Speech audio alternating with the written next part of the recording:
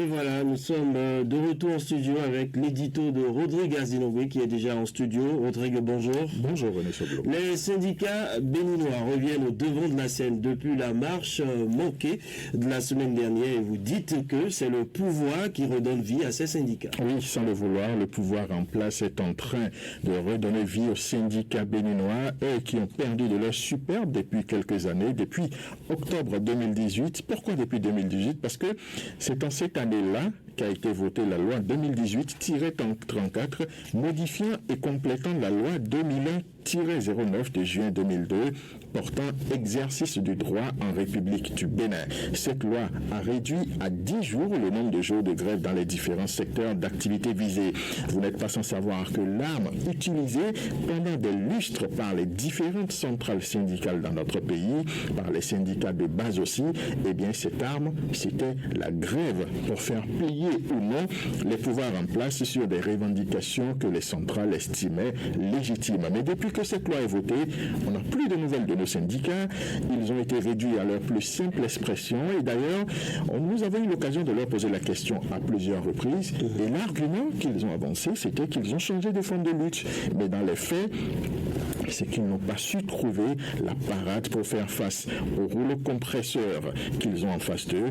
Mais aujourd'hui, la donne change avec cette opportunité que leur offre le pouvoir en place sur un plateau d'or qui les a compressés par le passé jusqu'à récemment dans les murs de leur bourse du travail.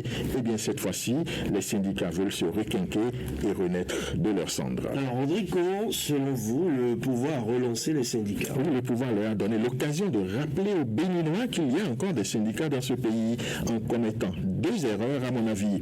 La première erreur consiste à interdire cette marche, c'était la semaine dernière, avec à la clé un déploiement inexpliqué de centaines de policiers armés jusqu'aux dents, comme si on avait affaire à une attaque armée en face. La seconde erreur est d'avoir gardé à vue pendant des heures les secrétaires généraux des centrales syndicales pour finalement les libérer quelques heures plus tard dans la soirée sans charge retenue contre eux. Résultat, les centrales se retrouvent donc requinquées. Des arguments sont tout trouvés pour justifier une nouvelle marche programmée pour le 11 mai. L'objectif sera de drainer du monde autour de soi et montrer au pouvoir en place qu'ils existent toujours. Et cette nouvelle marche, si elle était autorisée et si elle était aussi une réussite, ce serait la faute aux stratèges tapis dans l'ombre autour de Patrice Talon. Pourquoi? Parce qu'on aurait autorisé cette marche la semaine dernière. On n'aurait pas eu tout ce qu'il y a eu autour, que simplement, on aurait déjà oublié qu'il y a une marche. On serait passé à autre chose. La marche aurait eu lieu, puis chacun passe à autre chose. On va à nos propres occupations. Mais ce fait le contraire, en voulant montrer ses muscles, en voulant montrer qu'on est fort, eh bien, on relance des syndicats qu'on croyait moribonds au bord de la tombe. Alors, on parle de politique qui serait derrière les syndicats.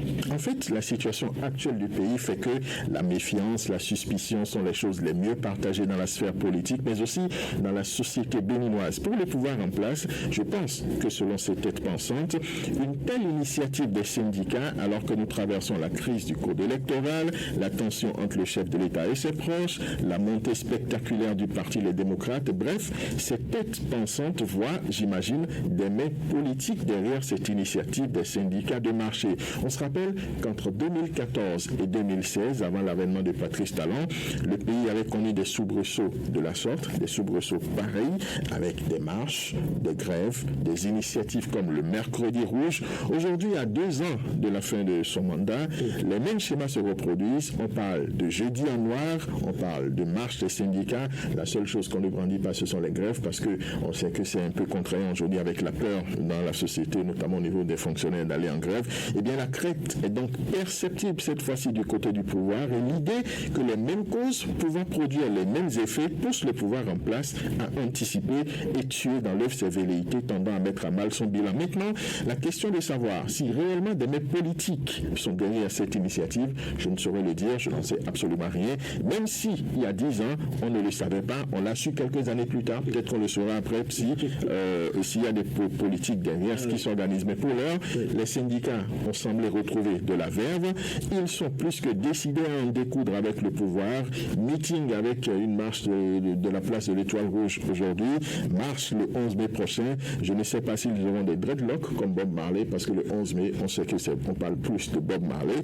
Mais pour eux, ce sera du pain béni, et ce pain béni est la bienvenue. C'est une question existentielle pour les centrales syndicales. Voilà, c'était l'édito de Rodrigue Zinobé, le réveil des syndicats béninois. Vous l'avez suivi, mesdames, messieurs. On marque la petite pause. On vous propose ensuite l'entretien du jour.